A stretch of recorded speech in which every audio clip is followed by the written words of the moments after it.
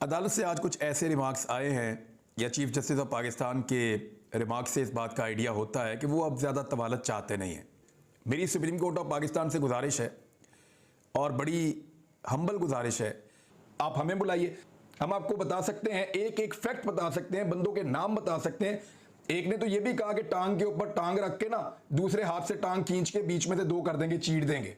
एक ने ये भी कहा था, एक ने ये भी कहा था कि देखो ना अहमद मीर को और अफसार आलम को गोलियां लगी तो नाम हमारा लग जाता है। इस किस्म का थ्रेट भी दिया गया था।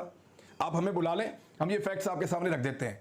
मुझे और भी कुछ दिखाया उन्होंने, वो मैं यहाँ बोलना नहीं चाहता, बाकी लोग भी वीडियो सुनते हैं, मेरी फैमिली के लोग भी। मेरी सुप्रीम कोर्ट ऑफ पाकिस्तान से गुजारिश है, इंक्वायरी करना चाहते हैं मुझे बुला लें, अरशद शरीफ के दोस्तों को बुला लें, जो लोग रोजाना उनके साथ राब्ते में रहते थे, चाहे वो पॉलिटिशियन है चाहे वो जर्नलिस्ट हैं, उनको बुला लें। हम आपको बताते हैं कि हमें कौन थ्रेट कर रहा था, हम आपको बताते हैं कि हमें किसने बुलाकर धमकियां दी। मैं मौजूद हूं ना, मुझे बुला के पूछ लें, मैं आपको बता देता हूं।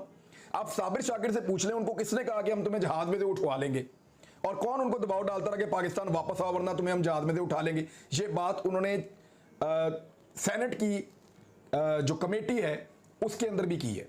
सेनेट की जो कमेटी है उसके अंदर उन्होंने, साबिर शाकिर साहब ने ये बात की है। अरशद शरीफ साहब ने अपने वो सारे थ्रेट्स जो उनको थे वो सारे के सारे उन्होंने सेनेट की कमेटी है इतलात की, वहां पे जो चेयरमैन है वो नियाजी साहब हैं और दीगर लोग भी मौजूद थे तमाम पॉलिटिकल पार्टीज के, वहां पे और कुछ ब्यूरोक्रेसी भी मौजूद थी। वो रिकॉर्ड के ऊपर है, मैंने भी वहां पे 2 मरतबा बात की है, वहां पे अरशद शरीफ साहब ने 2 मरतबा बात की है, अंग्रेजी में बात की है, प्रॉपर सबूतों के साथ बात की है, बाकायदा बताया कि उनको किससे थ्रेट है और किस लेवल के थ्रेट है। फिर उसके बाद साबिर शाकिर साहब ने रोते हुए बात की है और उन्होंने बताया कि उनको किस लेवल के थ्रेट है और किस किस्म की धमकियां दी गई हैं। तो ये सारा कुछ रिकॉर्ड के ऊपर मौजूद है, आप वो फुटेज निकालें, उस फुटेज को देखें, आपको पता चल जाएगा। अगर फिर भी नहीं, आप चाहते हैं कि इसके ऊपर फैक्ट्स के ऊपर बात हो और फैक्ट्स के कोई दूर ना हटे, तो ये तो सबसे अच्छी बात है। तो फैक्ट्स हमारे पास हैं, आप हमें बुलाइए, हम आपको बताते हैं वो कौन लोग हैं जिन्होंने हमें धमकियां दी, हम आपको बताते हैं किन किन अल्फाज में धमकियां दी। एक ने तो ये भी कहा कि टांग के ऊपर टांग रख के ना दूसरे हाथ से टांग खींच के बीच में से दो कर देंगे, चीर देंगे। एक ने ये भी कहा था, एक ने ये भी कहा था कि देखो ना अहमद मीर को और अफसार आलम को गोलियां लगी तो नाम हमारा लग जाता है। इस किस्म का थ्रेट भी दिया गया था, हम बंदा मरवा भी सकते हैं, इस किस्म का थ्रेट भी दिया गया था, और तुम्हें फैंटी भी लग सकती है, इस किस्म का थ्रेट भी दिया गया था। डिफरेंट थ्रेट्स दिए जा रहे थे। बल्कि एक साहब का जब इस्लामाबाद में पोस्टिंग हुआ तो मुझे ये बताया गया, एक साहब ने फोन करके बताया कि बहुत रफ ऑफिसर आ गए, बच जाओ। मुझे इस्लामाबाद में जो सीनियर तरीन सहाफी हैं उन्होंने कहा कि बाकायदा हमें कहा गया कि सीधे हो जाओ सारे, नहीं तो SHO आप समझ लें कि आ गया है, अब वो आपको नहीं छोड़ेगा। और उसके बाद हालात बहुत खराब हो गए थे। तो ये जो है वो हालात अब आपके सामने हैं और ये चीजें हम आपको बता सकते हैं, हम आपको बता सकते हैं, एक एक फैक्ट बता सकते हैं, बंदों के नाम बता सकते हैं कि किस बंदे ने कौन सी वाली धमकी किस वक्त हमें और किस अंदाज में दी थी और किस जगह पे बिठा कर दी थी। ये सारा कुछ हम आपको बता सकते हैं, आप हमें बुला लें, हम ये फैक्ट्स आपके सामने रख देते हैं।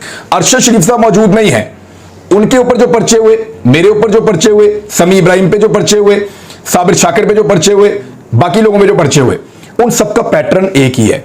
एक ही पैटर्न के ऊपर मुकदमे जो हैं वो एक ही तरह के लोग करवाते हैं और उन्हीं मुकदमात की वजह से हम सब परेशान थे।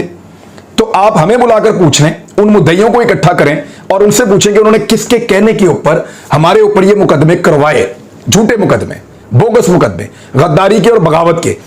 एक आदमी आया मेरे पास अरशद शरीफ साहब के घर पे, उसने आगे मुझे ऐसे मोबाइल दिखाया यूं, और उसने कहा ये देखो ये तुम्हारा घर है ना, ये है ना तुम्हारा घर। मैंने कहा जी ये मेरा घर है।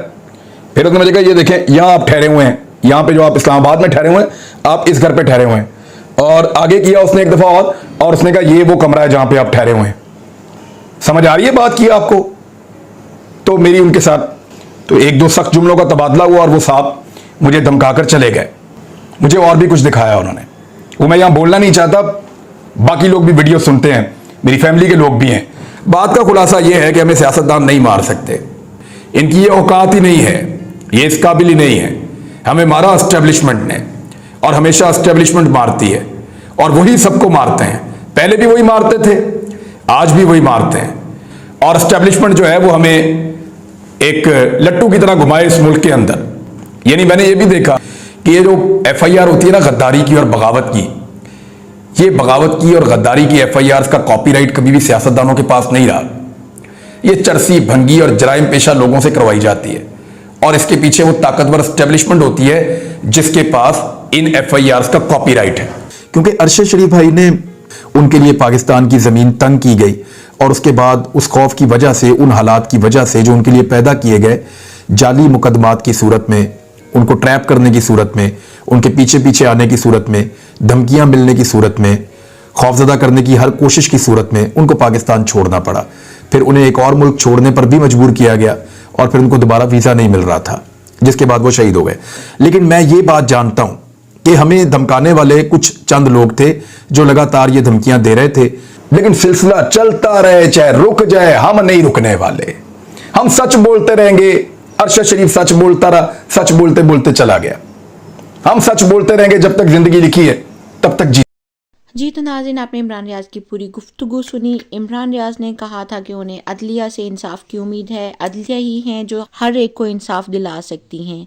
अब पाकिस्तान की अवाम और तमाम सहाफ़ियों को अदलिया से उम्मीदें हैं कि अदलिया उनके हक़ में हक़ और सच को मद्देनज़र रख कर फ़ैसला करे। इमरान रियाज का ये कहना था, हमें जितना भी डरा लें, धमका लें, मार पीट कर लें या जान से भी मार दें, हम लोग हक़ और सच की बात करने से बाज नहीं आएंगे। हम लोग मौत के डर से कभी भी लफाफा सहाफ़त नहीं करेंगे। जी तो नाज़रीन, ये थी आज की वीडियो। उम्मीद करती हूँ आपको ये वीडियो पसंद आई होगी। मज़ीद ऐसी वीडियोस के लिए हमारा चैनल सब्सक्राइब कीजिए। मिलते हैं नेक्स्ट इसी वीडियो में, तब तक के लिए खुदा हाफ़िज़।